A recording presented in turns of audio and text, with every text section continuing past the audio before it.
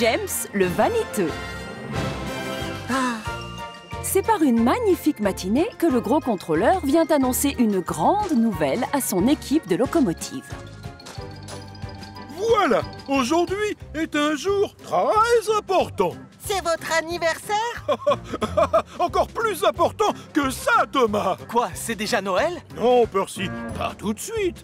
Ce soir, le maire de Chicalor et moi avons été invités à un grand bal au château des Calanes. Et il nous faut quelqu'un pour nous y emmener. Moi, monsieur. Pourquoi pas moi, monsieur? Ce serait un honneur de vous y conduire, monsieur. Oh non, non, non. Allons, pas tous en même temps. Si c'est une mission importante, vous devriez y aller avec une locomotive plutôt élégante, comme moi, donc. C'est tout toi, ça, James. Toujours après les meilleures missions. Ah non! Monsieur le maire habite tout près de ma ligne, près de Sudery. Oui, mais James s'est proposé en premier, donc je le choisis. Ah, merci, monsieur. Tu devras finir ton travail habituel dans les temps, James. Oui, comptez sur moi, monsieur.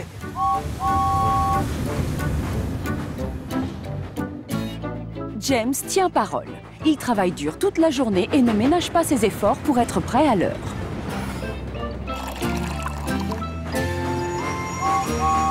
Voilà, James. Tu m'as l'air bien joyeux, James. Oui, je vais avoir une mission très spéciale ce soir. Je vais emmener le maire et le gros contrôleur à un bal. Et tu sais où ça se passera? Au château des Calanes. Waouh! Je n'ai pas envie de te retarder. Pars! Faut pas être en retard. Tu sais, toutes mes missions sont importantes. Même celle-là. Non! Non! Oh! Oh! Oh, je suis désolé. Oh! J'ai dû déchirer le sac. Pff, pouah, c'est pas grave, Cranky. Le sucre ne colle que quand il est mouillé.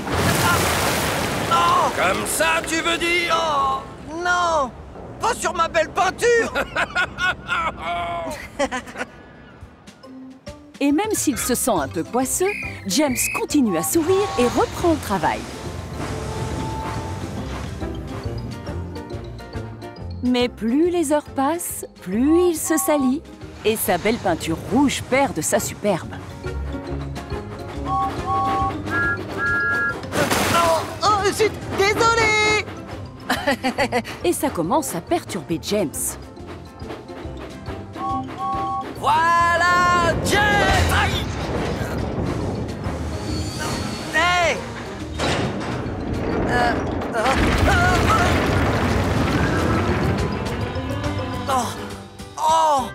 Oh, zut! Oh.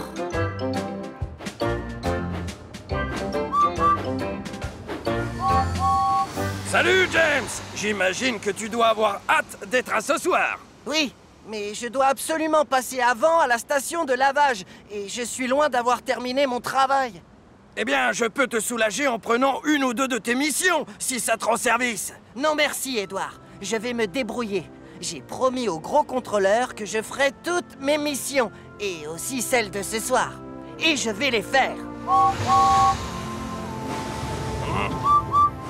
Comme tu voudras.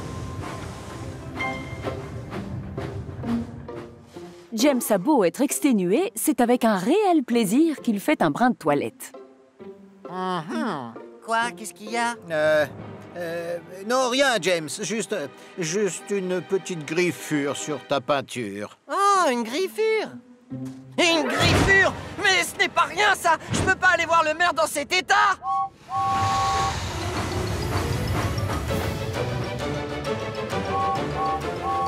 Victor! Victor! J'ai une mission spéciale ce soir et j'ai besoin qu'on me repeigne! Maintenant! Mais ta peinture ne sera pas Ne sèche. t'inquiète pas, j'y ai déjà pensé. On a prévu du vent pour ce soir. Et donc ça, plus ma vitesse, devrait sécher ma peinture en peu de temps.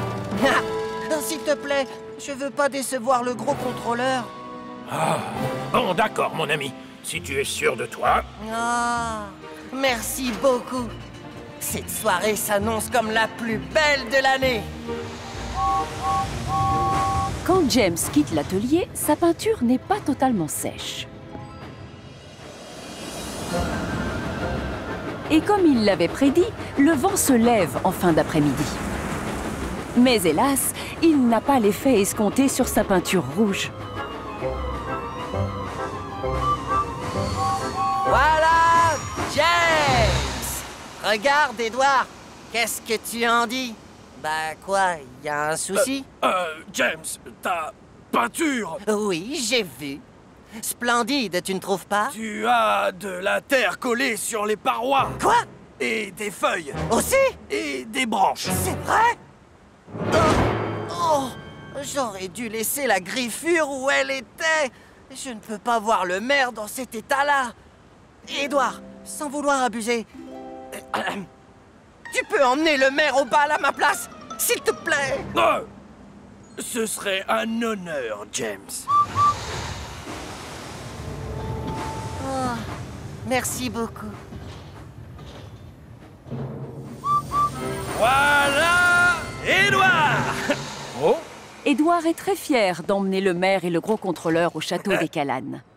Même si les deux hommes s'attendaient à ce que ce soit James qui les accompagne. Le lendemain matin, le gros contrôleur passe voir la locomotive rouge. oh, arrête de te cacher dans ton box. Je suis venu te voir.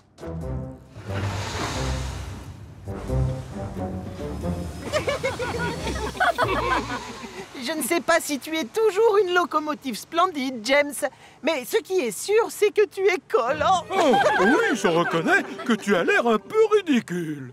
Le pire, c'est que le maire et moi, on comptait énormément sur ta présence hier soir. Désolé, monsieur. Mais Édouard m'a raconté toutes tes mésaventures.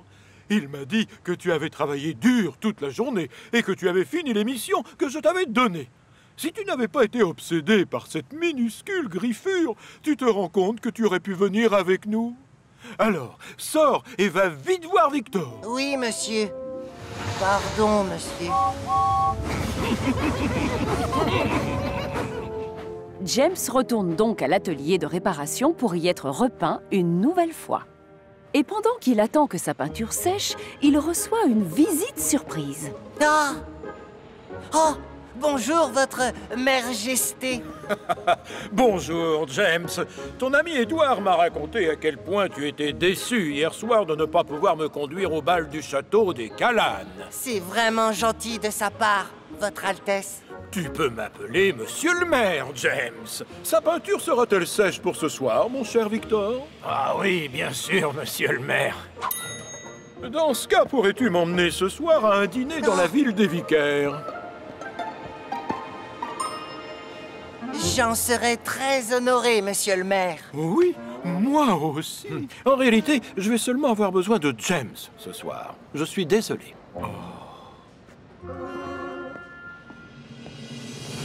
Et c'est avec une immense fierté que ce soir-là, James emmène le maire à la ville des vicaires. Oh, tu es vraiment splendide ce soir, James. Merci beaucoup. Ça, c'est sûr, Édouard.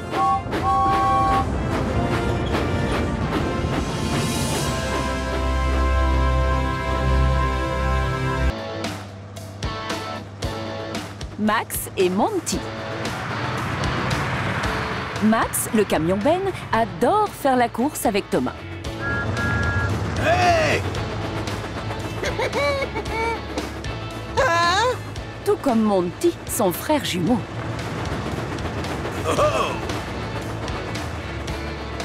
Max et Monty peuvent parfois être farceurs, mais Thomas les trouve plutôt sympathiques. La plupart du temps. On gagnera la prochaine fois. Oh oui! Personne ne me bat. Je suis le numéro 1.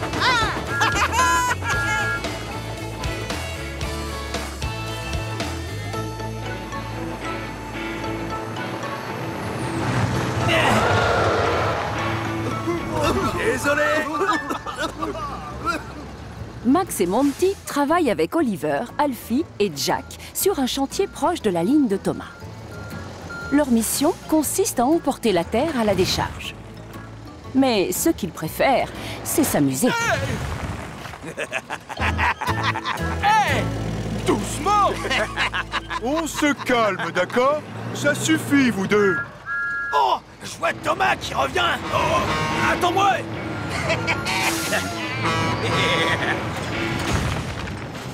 Eh, non, revenez. On fait la belle. Oh, attention! Ouais, Youpi! on va gagner. C'était dangereux! Oh. D'habitude, on s'amuse tous les trois, je le reconnais. Mais se croiser sur la voie comme ça devant moi, c'est risqué, enfin! La seule façon de ne pas avoir d'ennui avec Max et Monty, c'est tout simplement de les ignorer. Ah, tu crois? Bien sûr! Ne leur réponds pas! Arrête de les provoquer et oublie-les! C'est le seul moyen de se faire respecter par ces engins de chantier. Très bon conseil. Merci beaucoup. Plus facile à dire qu'à faire. Oh. Hé Thomas, on fait la course jusqu'au prochain croisement. On fonce. Quelle mauviette! Tu parles d'un numéro 1. C'est nous les numéros 1.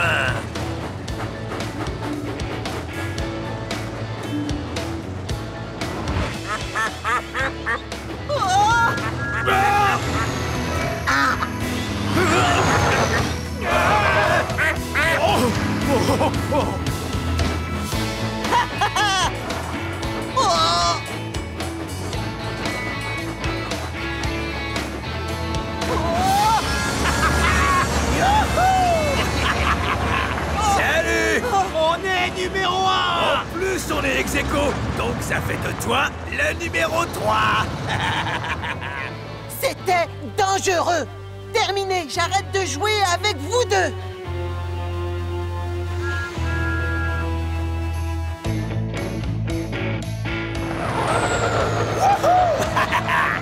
Admirez! Wouhou! Bravo!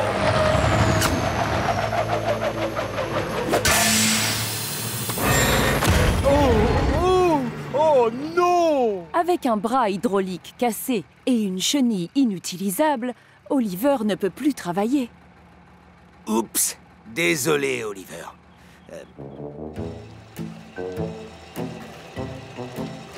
Le pauvre Oliver va aller faire un tour à l'atelier de réparation. Je reviendrai bientôt et en pleine forme. Mais en attendant, je compte sur vous pour avancer. Bien, chef!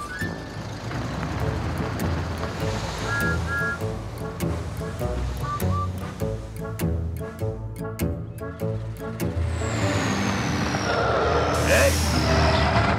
Pourquoi tu t'arrêtes? En fait, je réfléchissais. La décharge est vraiment très éloignée. Il faut qu'on se dépêche. Ou alors, Au lieu d'emporter la terre jusque là-bas... on pourrait la jeter par-dessus ce pont. Exactement!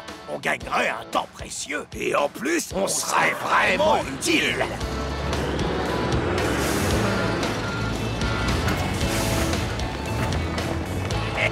Ouais. Waouh! Ça a été rapide! On travaille aussi vite qu'on peut. À deux, la vitesse est doublée.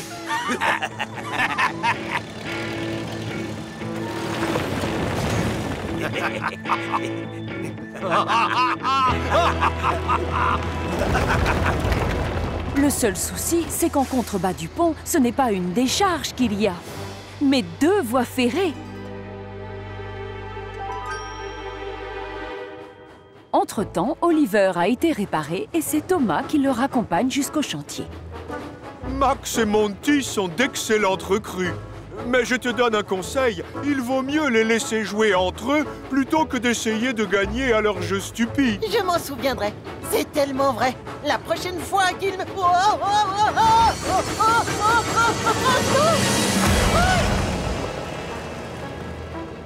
Max et Monty sont responsables de cet accident.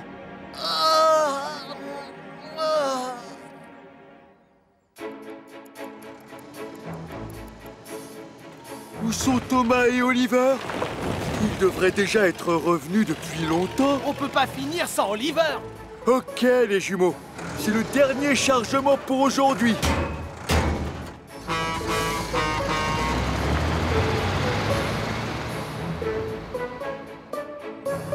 Heureusement, Thomas peut compter sur l'aide de ses amis. Je vais vite dégager la voie, Thomas, maintenant que mes pistons sont réparés. Et nous, on va te remettre en place, n'est-ce pas, Jérôme? Mais oui, Judy. Merci à tout le monde.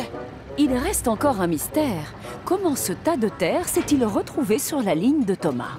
Incompréhensible. Quand tout à coup...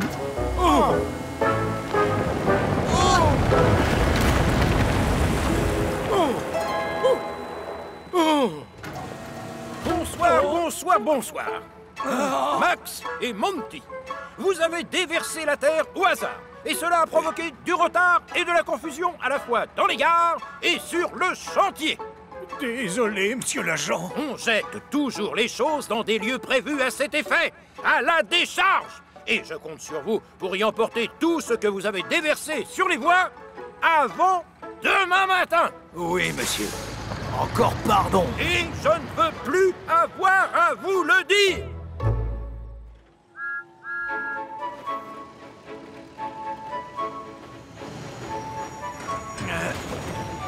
Pardon, Thomas. On ne l'a pas fait exprès pour l'accident. On voulait juste finir notre travail plus vite. Un peu trop vite, à mon avis. Quant aux courses, ne comptez plus sur moi.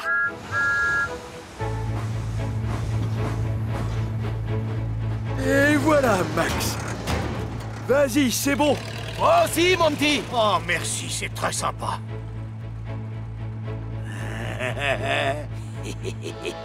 Est-ce que tu penses à la même chose que moi? Le dernier à la décharge est un vieux pneu pourri.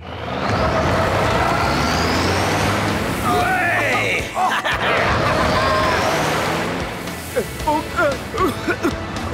Je suis le numéro 1. Ah non, c'est moi. Non, c'est moi. La preuve, on dit Max et Monty, pas Monty et Max. Tu viens de le dire pourtant, et ça sonne beaucoup mieux. C'est le meilleur en premier. Tu rêves. Je suis le numéro 1. Ça m'étonnerait. De Dixie, moteur. La locomotive du futur. Ce jour-là, quelque chose de très étrange traverse comme une fusée le pont de la ville des Vicaires et fait son entrée sur la petite île de Chicalor. C'était une locomotive, ça? J'ai un doute. Peut-être que c'était une sorte d'avion, mais sans ailes.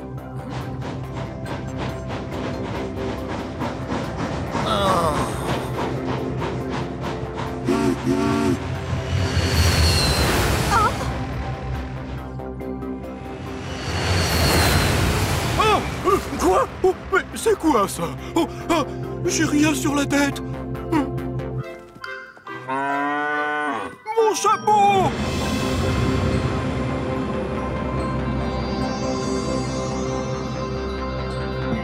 Oh! Oh!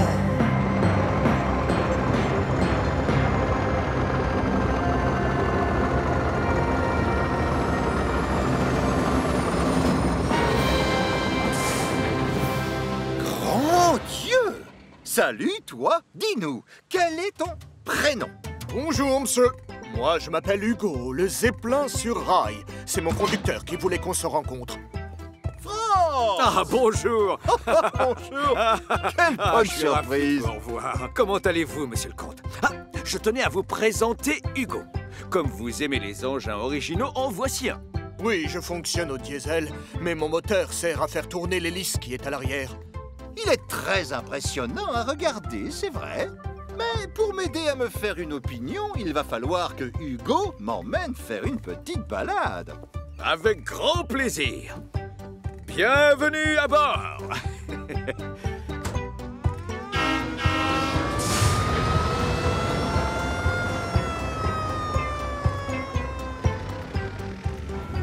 La nouvelle de l'arrivée de Hugo se répand rapidement dans toute l'île.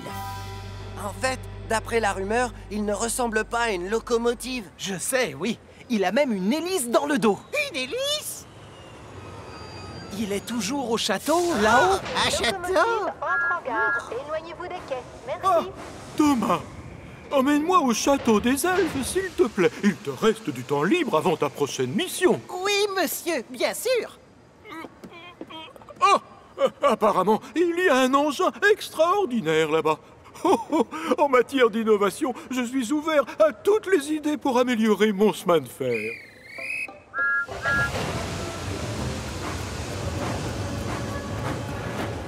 Améliorer son chemin de fer? Qu'est-ce qu'il a voulu dire, le gros contrôleur? Je n'en sais rien. Mais je crois savoir qu'il y a des wagons à livrer au château des elfes. Et je suis sûr que mes passagers aimeraient le visiter. Oh, et je viens avec vous. Juste pour le plaisir. Oh, quelle merveille! Vous allez l'adorer, c'est sûr. Hugo est extraordinaire.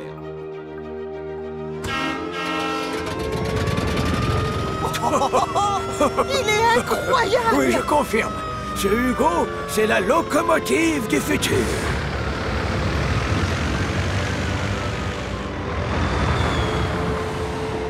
Waouh! Il est splendide, cet engin! Oh, c'était lui, là? Hein?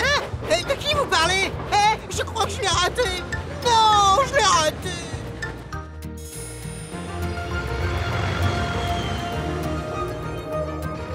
Tu crois qu'on l'a engagé pour améliorer le chemin de fer? Oh, oui! Les locomotives comme Hugo remplaceront bientôt toutes les autres. Rappelez-vous l'ancien temps, c'était des chevaux qui tiraient les wagons avant. Ensuite, les locomotives à vapeur sont arrivées. Et la vapeur a régné jusqu'à la découverte du diesel. Aujourd'hui, on a Hugo et l'ère de la technologie a commencé. Il faut l'accepter. Oh, ça, c'est un voyage en douceur. Et je ne parle même pas de la vitesse. Ce soir-là, à la gare de triage, les locomotives discutent de la situation. Et Stephen dit qu'on sera tous remplacés par des engins comme Hugo. Mais je ne veux pas être remplacée, moi. J'aime travailler pour ce chemin de fer. Moi, pareil. Et d'autant plus que je ne sais rien faire d'autre. On va tous se retrouver à la casse. Non, ils n'oseront pas me faire ça à moi. Bonsoir. Dites-moi, vous n'auriez pas un box de libre par hasard? Désolé, mais ce hangar est plein. C'est exact. Et il est réservé aux locomotives à vapeur. Non, attends, Hugo. Je dois m'occuper du train postal. Tu n'as qu'à dormir dans mon box, si tu veux. Non, c'est impossible. Ils cherchent à nous prendre notre place. Oh, ce n'est pas grave, ne vous inquiétez pas pour moi. Je vais bien trouver un autre endroit.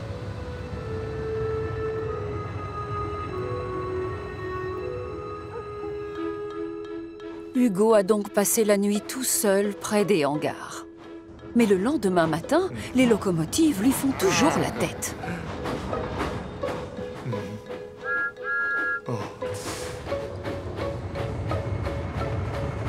Je peux savoir pourquoi vous êtes tous méchants avec moi? Parce que tu veux prendre notre place. Oh, non, c'est faux. Je ne compte remplacer personne, je vous assure. Mais tu es plus rapide et plus moderne que nous. Stephen dit que tu peux tout faire. Ah, ça aussi, c'est exagéré. Comme je n'ai pas de crochet d'attelage, je suis incapable de tracter des wagons. Ah bon? Et tout le monde a peur de mon hélice. Alors que je fais très attention à chaque fois que j'entre dans une gare. Thomas, je crois qu'on lui a fait de la peine. Alors on doit trouver un moyen pour se faire pardonner. Les autres aussi ont été méchants. Il n'y a pas que nous. Dans ce cas, on va tous devoir essayer de se racheter. Les voyageurs sont invités à composter. Bonjour, Hugo. Alors, comment ça va ce matin? Je suis content de vous voir, monsieur. J'aimerais te présenter des passagers qui sont importants. Ils comptent sur toi pour les emmener faire un tour à la ville des Vicaires et les ramener. Oh.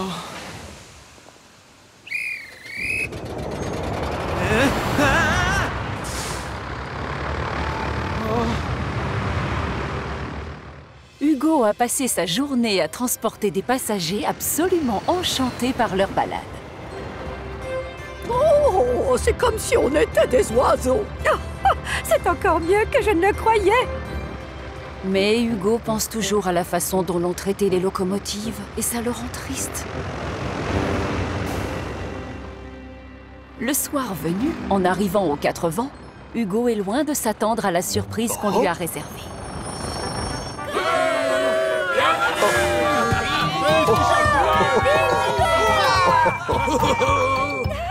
Qu'est-ce qui se passe? Je peux savoir ce que l'on fait? Oui, monsieur.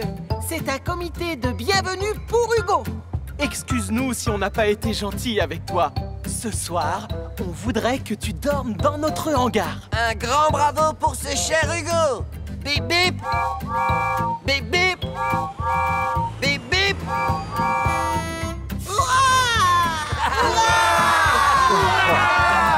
Oh, ça me touche. C'est une belle preuve d'amitié.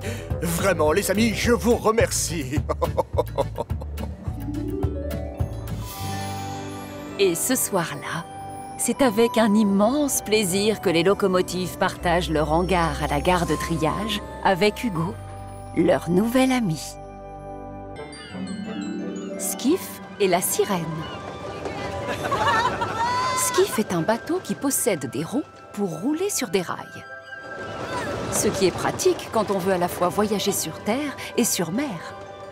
Skiff travaille sur le port de Calembour avec Joe, le gardien du phare.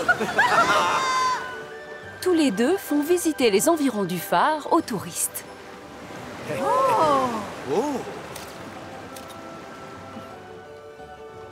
Bien, nous devrions voir la sirène demain, donc. Oh oui, et peut-être plus tôt. Une vraie sirène? Salut, Skiff.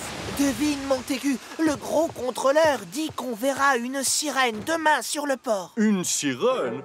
C'est quoi une sirène, Skiff? C'est une créature qui vit dans la mer, qui a une queue de poisson en guise de jambe et le corps d'une femme. Une femme poisson? Non, tu as du mal comprendre. Cela n'existe pas. Oh là, tu te trompes. J'ai entendu des tas d'histoires sur les sirènes, mais je n'en ai jamais vu pour de vrai. Oh, pourtant j'aimerais tellement.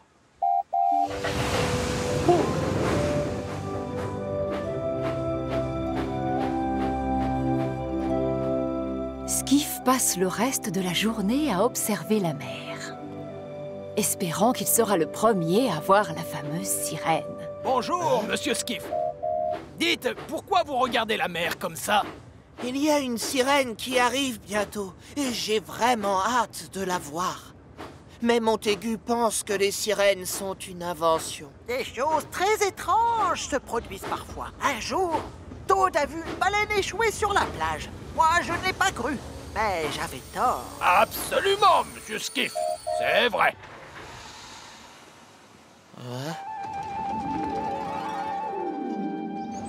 Le lendemain matin, Skiff se lève aux aurores pour être certain de ne pas rater l'arrivée de la sirène. Mais à l'heure du déjeuner, toujours pas de femme poisson à l'horizon. Allez, viens!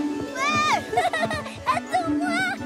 On vient tout juste de m'avertir que la sirène était en chemin à l'heure où l'on parle. Oh, mais c'est merveilleux. Tu entends ça, Montaigu? Donc elle existe vraiment et je vais tout faire pour la voir. Oh, d'accord. Peut-être que j'ai tort, Skiff. Salut les enfants. Alors, vous êtes prêts pour votre balade dans le port? Oui, on est prêts! Salut, Skiff! Je peux monter ta voile? On verra ça plus tard. Allez, je vais leur chercher des gilets de sauvetage. Écoutez-moi, je vous interdis de monter sur Skiff tant que Joe ne vous a pas fait enfiler vos gilets. Qu'est-ce que tu préfères, Skiff? Être sur terre ou être en mer? Les deux. Moi, j'aime bien aller en mer, mais je n'aime pas avoir de l'eau sur le visage. Moi non plus, mais je m'y suis habitué. Oh! La voilà! Oh! Levez l'ancre! Levez l'ancre! Hein? Oui. Oui.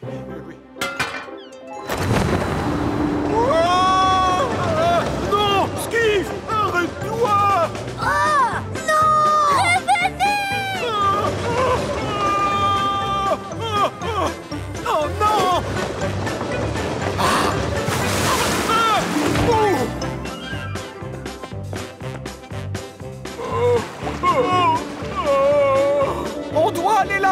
monsieur! Servez-vous de l'écoute de phoque pour mettre ma voile sous le vent! Je ne comprends rien à ce charabia. S'il te plaît, ramène-moi sur le quai. On va dans le mauvais sens. Tourne-toi, Skiff, tourne-toi. Non!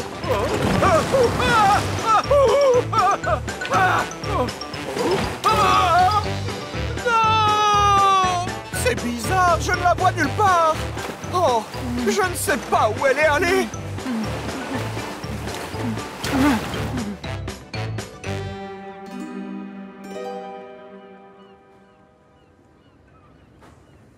Oh, misère. Je ne les vois plus du tout. Qui? Skiff et le gros contrôleur sont en mer. On ne sait pas où. Vraiment, c'est horrible. Qu'est-ce que vous allez faire, capitaine Joe? On continue de chercher. Mais je suis certain qu'ils vont bien. Votre grand-père est très débrouillard. Je lui fais confiance. Oh, là, ça ne pourrait pas être pire. Oh. Hein? Oh, mais va-t'en! Oust! Oh, laisse-moi! Laisse-moi!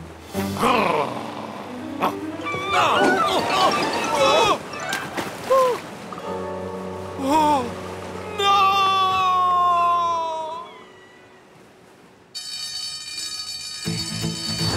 À la rescousse!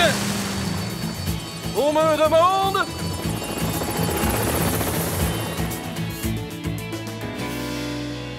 J'aimerais savoir combien de temps on va devoir attendre avant de revoir la civilisation.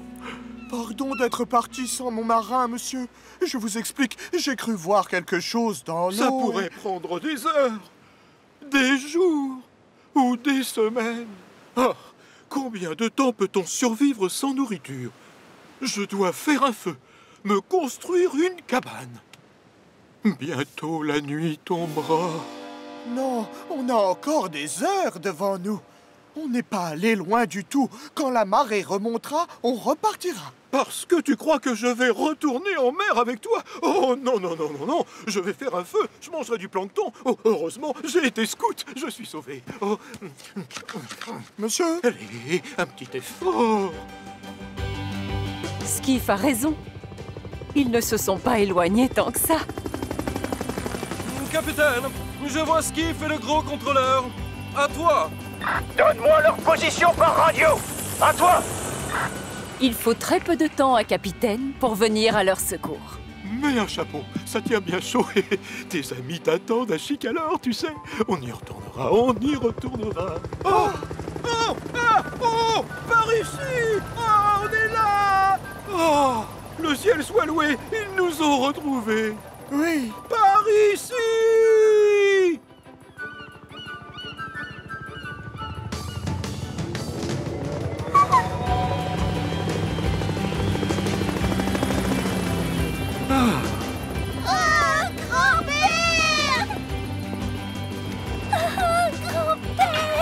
Ça fait du souci pour toi.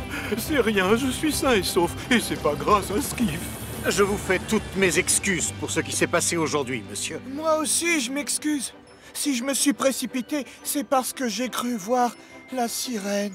Quelle sirène? Celle dont vous avez parlé et qui doit arriver. Oh, Skiff, j'ai bien peur que tu n'aies pas bien tout compris. La voilà, ta sirène.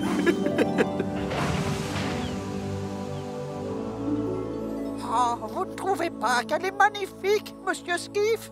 Si, mais j'espérais tellement voir une vraie, tu comprends? Tant pis. Au moins maintenant, je sais que les sirènes n'existent pas. Bon, alors bonne nuit. Oui, bonne nuit.